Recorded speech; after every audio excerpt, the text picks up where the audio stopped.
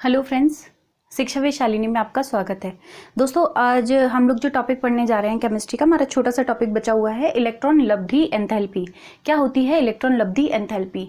देखिए, last time हमने देखा था आयनन एंथैल्पी। आयनन एंथैल्पी का क्या मतलब था कि अगर हमारा कोई परमाणु है, परमाणु में एक इलेक्ट्रॉन है, उस इलेक्ट्रॉन को हमें बाहर निकालना है, तो बाहर निकालने के लिए जो ऊर्जा देनी पड़ेगी उसे आयनन एंथैल्पी कहते हैं।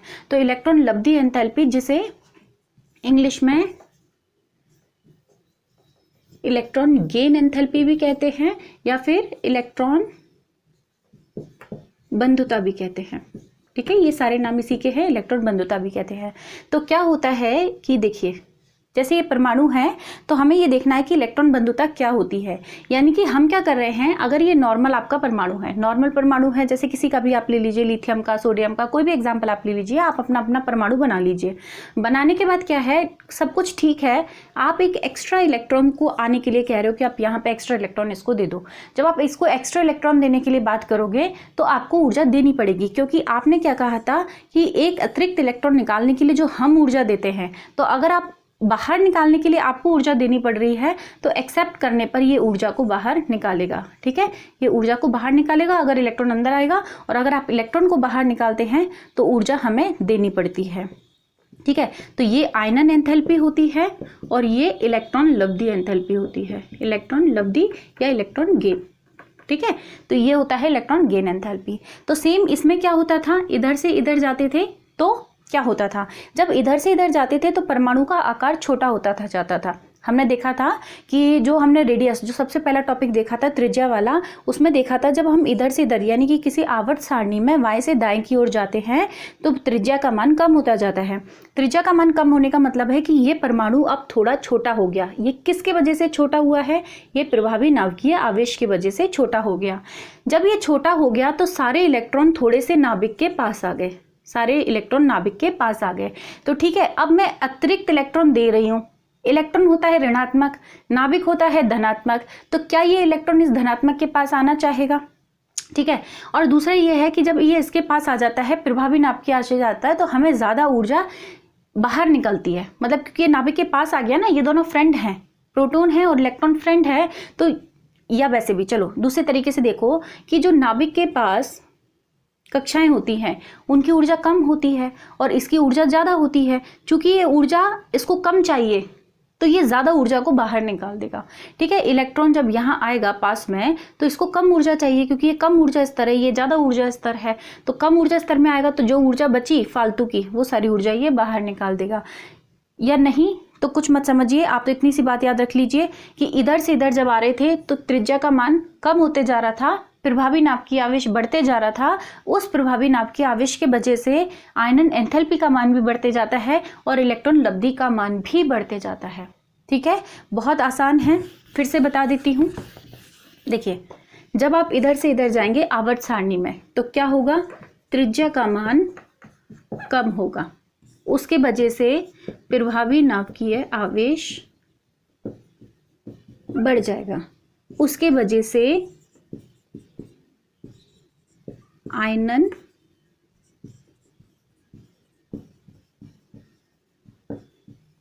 एंथैल्पी का मान क्या होता है, बढ़ जाता है, और उसके वजह से इलेक्ट्रॉन लब्धि का मान भी बढ़ जाता है। ठीक है, जब आप किसी आवर्त में नीचे आते हैं तो त्रिज्या का मान बढ़ता जाता है। क्यों बढ़ेगा, क्योंकि अतिरिक्त ऑर्बिट बढ़ते जाते हैं, ऑर्बिटों की संख्या बढ़ती जाती है। उसके वजह से प्रभावी नाभिकीय आवेश, इफेक्टिव न्यूक्लियर चार्ज, इसका मान कम होते जाता है। ठीक है, क्योंकि दूर हो गए ना आप नाभिक से, आप जैसे जैसे बड़े कक्ष में जाते जाओगे तो नाभिक से दूर हो गए तो नाभिक का आपके ऊपर प्रभाव कम होते जाएगा। उसके वजह से आयनन एंथैल्पी का मान कम हो जाएगा और इलेक्ट्रॉन लब्धि का मान भी कम हो जाएगा।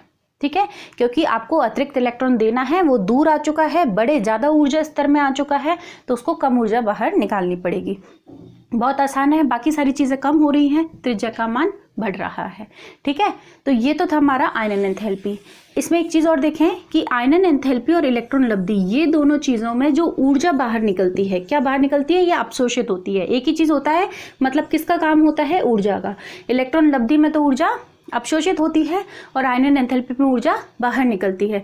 तो जो ऊर्जा का मान होता है उसे इलेक्ट्रॉन वोल्ट प्रति मोल में नापा जाता है, ठीक है, और या फिर इसको नाप सकते हैं आप किलो कैलोरी प्रति मोल में, दोनों ऊर्जा को, ठीक है। इन ऊर्जा को किस में नापा जा सकता है। तो ये तो था इलेक्ट्रॉन लब्धि। बहुत ज़्यादा आपके में दिया हुआ नहीं है, एक्चुअली ये धनात्मक ऋणात्मक दोनों प्रकार का भी होता है और कई प्रकार से इसको डिफाइन किया जाता है, पर आपके में इतना ही दिया हुआ है इसलिए आप इतना पढ़ें। इसके बाद एक आता है विद्युत ऋणता। ये तो बहुत ही आसान सा मज़ेदार सा टॉपिक है। बात ये है कि जैसे NaCl है, NaCl की बात नहीं करते हैं, कोई एक X है और एक कोई बाय है। इन्होंने क्या किया, सहसंयोजक बंध बनाया। सहसंयोजक बंध आपने 9th में पढ़े थे। क्या होता है, इसने अपना एक इलेक्ट्रॉन यहाँ शेयर किया और इसने अपना एक इलेक्ट्रॉन यहाँ शेयर किया। फॉर उदाहरण के लिए कि आपके पास 5 रुपीज़ आपके पास थे और 5 रुपीज़ आपके फ्रेंड के पास थे। आपको कैंटीन जाना था और वहाँ से कुछ खरीदना है जो 10 रुपये का आता है, सपोज कर लेते हैं। तो क्या होगा कि या तो ये कि 5 रुपये आप उसे दे दें या वो 5 रुपये आपको दे दे, पर चाहिए दोनों को। तो वो क्या करते हैं कि जब दोनों को चाहिए तो उन्होंने कहा चल एक काम करते हैं, कैंटीन से मिलके ही ले लेते हैं, बाद में शेयर कर लेंगे। तो इन्होंने क्या किया, कैंटीन से लिया, यानी कि सहसंयोजक बंध बनाया। आयनिक बंध कब बनते हैं, लगे हाथ बता देती हूँ आपको। आयनिक जब बनते हैं कि भाई आपके पास 2 रुपये थे, आपके फ्रेंड के पास 8 रुपये थे, तो आपने कहा क्या शेयर करेंगे, इससे अच्छा तू ही ले ले, बाकी बाद में वापस कर देना, ठीक है। तो ये होते हैं हमारे आयनिक, यानी ये अपने इलेक्ट्रॉन पूर्ण रूपेण ऐसे दे देता है तो उसे आयनिक कहते हैं। सहसंयोजक में क्या होता है, दोनों ने शेयर कर लिए, ठीक है। तो ये दोनों शेयर कर लिए। अब होता यह है कि सामान इन्होंने ले लिया, शेयर हो गया। इसमें से एक फ्रेंड ज़्यादा चतुर हो सकता है, ज़्यादा स्मार्ट हो सकता है, और वो क्या सोचता है कि ये शेयर वाली चीज़ में से थोड़ा सा ज़्यादा मुझे मिल जाए, थोड़ा सा ज़्यादा मुझे मिल जाए, होते हैं कुछ कुछ।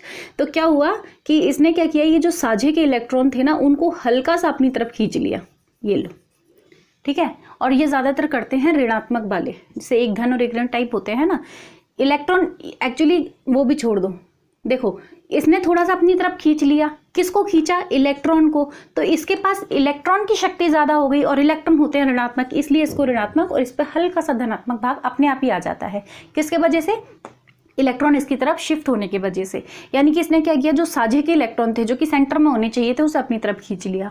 तो इसे इलेक्ट्रॉन बंधुता कहा जाता है, ठीक है। तो इसके लिए क्या होता है, जब आप किसी आवर्त सारणी में बाएं से दाएं जाएंगे तो इसका मान बढ़ते जाता है, और जब ऊपर से नीचे आते हैं तो इलेक्ट्रॉन बंधुता, टॉपिक का नाम है, सॉरी इलेक्ट्रॉन बंधुता नहीं है, इलेक्ट्रॉन ऋणता है, इलेक्ट्रॉन ऋणता, क्योंकि इस पर अतिरिक्त ऋणता आ गई ना, उसके वजह से। तो इलेक्ट्रॉन ऋणता या इलेक्ट्रोनेगेटिविटी कहते हैं इसको, क्योंकि इस पर हल्की सी नेगेटिविटी आ गई। इसके मन में नेगेटिव विचार आए थे ना कि थोड़ा सा मैं अपनी तरफ ले लेता हूँ। तो ठीक है, क्या हुआ कि इसने अपने इलेक्ट्रॉन को खींचा। तो जब हम आवर्त सारणी में बाएं से दाएं जाते हैं, किसमें, आवर्त सारणी में, तो ये प्रवृत्ति बढ़ती जाती है, और जब ऊपर से नीचे आते हैं तो ये प्रवृत्ति कम होती जाती है, ठीक है। तो ये तो थी हमारी इलेक्ट्रॉन ऋणता। अभी हम सारे ना एक साथ देख लेंगे तो आपको कन्फ्यूजन नहीं होगा। तो आपने देखा त्रिज्या वाला भाग, मैं बिल्कुल शॉर्ट में बनाऊंगी। त्रिज्या वाला, जब आप इधर जा रहे थे तो कम हो रहा था, नीचे जा रहे थे तो बढ़ रहा था। फिर आपने देखा था आयनन एंथैल्पी, आयनन एंथैल्पी जब आप इधर जा रहे थे तो बढ़ रहा था, इधर जा रहे थे तो कम हो रहा था। फिर आपने लब्धि देखा था, इलेक्ट्रॉन लब्धि, जब आप इधर जा रहे थे ये बढ़ रहा था, इधर जा रहे थे तो कम हो रहा था। इसके बाद आपने देखा विद्युत ऋणता, ये इधर जा रहे थे तो बढ़ रहा था, इधर जा रहे थे तो कम हो रहा था। यानी आपको याद रखना आसान है कि सिर्फ त्रिज्या का अलग होता है, बाकी सबका एक जैसा होता है, ठीक है। अब आपको एक चीज़ और याद रखनी है कि जैसे यहाँ पे एक क्वेश्चन और पूछा जाता है, जैसे मान लो एक एलिमेंट यहाँ लिखा हुआ है X Y Z A B C D E F G H I। तो आपको ये बताना है इसमें से सबसे ज़्यादा इलेक्ट्रॉन लब्धि, इलेक्ट्रॉन लब्धता, या छोड़ो इलेक्ट्रॉन बंधुता देखते हैं, इलेक्ट्रॉन बंधुता किसकी होगी।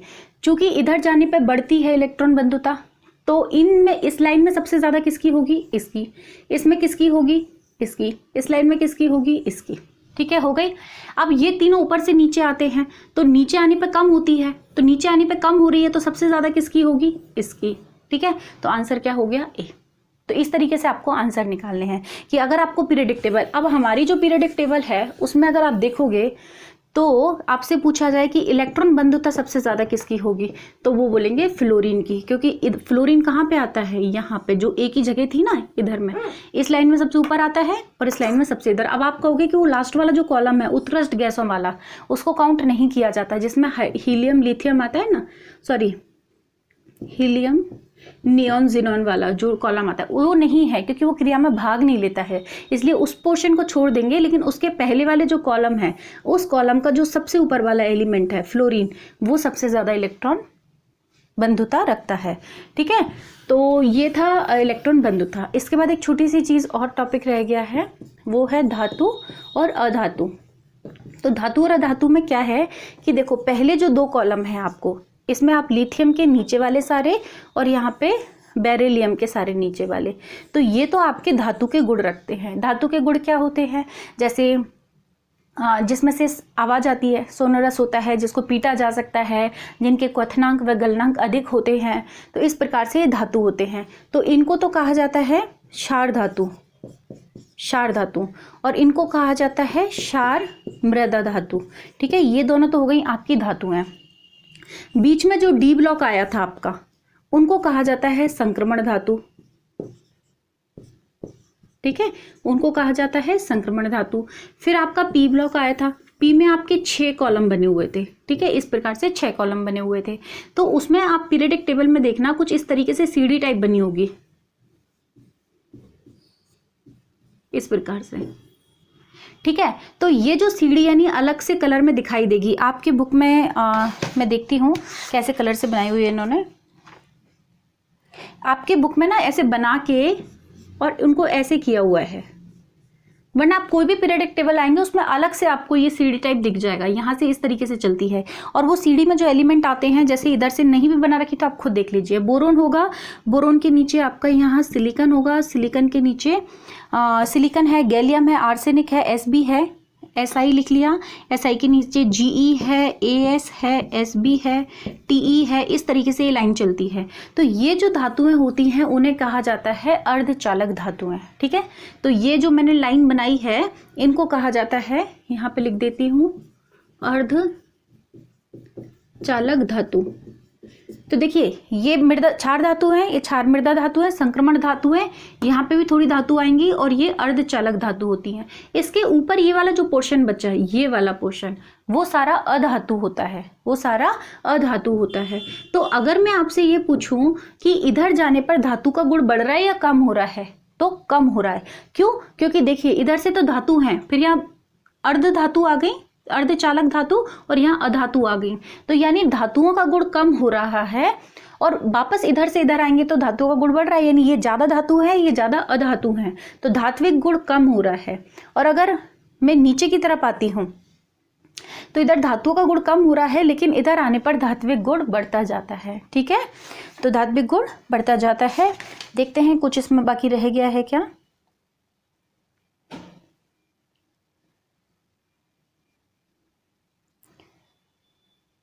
नहीं,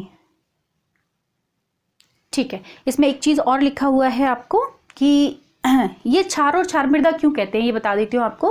क्योंकि ये वाली धातुएं जब ऑक्साइड बनाते हैं, यानी कि जैसे ये धातु है कोई भी, जैसे सोडियम ले लीजिए, ठीक है, यहाँ पे दूसरे नंबर पे सोडियम आता है, तो जब ये ऑक्सीजन के साथ क्रिया करेगा ना, ऑक्सीजन के साथ क्रिया करेगा।